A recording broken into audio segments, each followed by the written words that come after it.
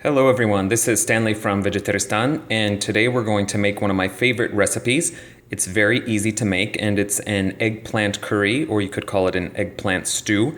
The main ingredients are here. As you can see, there's one large eggplant, one pepper, I chose yellow, but you could also use any other colored pepper, one large tomato, and a cup of chickpeas. So let's begin.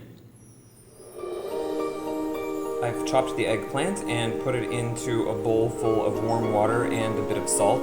This is a trick that I learned in India, and what it does is it quickly takes the bitterness out of the eggplant.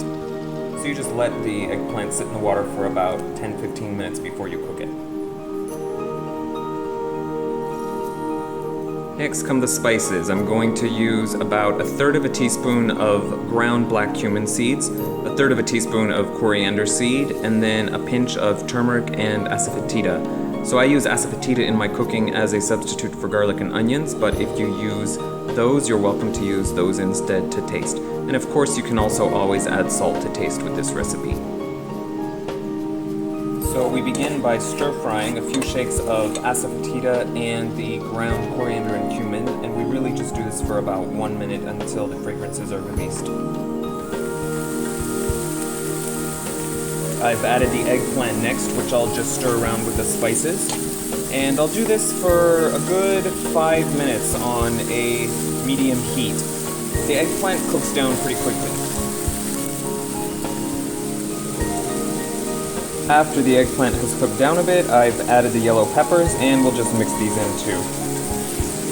And I'll sauté this together for about 2 minutes until the next step.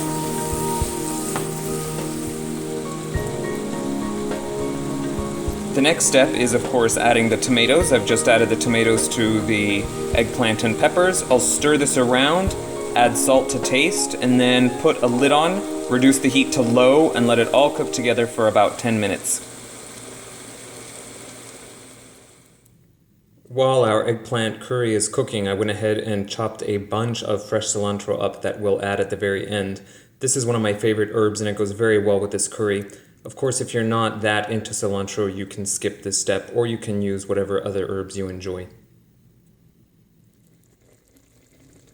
After 10 minutes, I've taken the lid off, and I will go ahead and add the cup of chickpeas.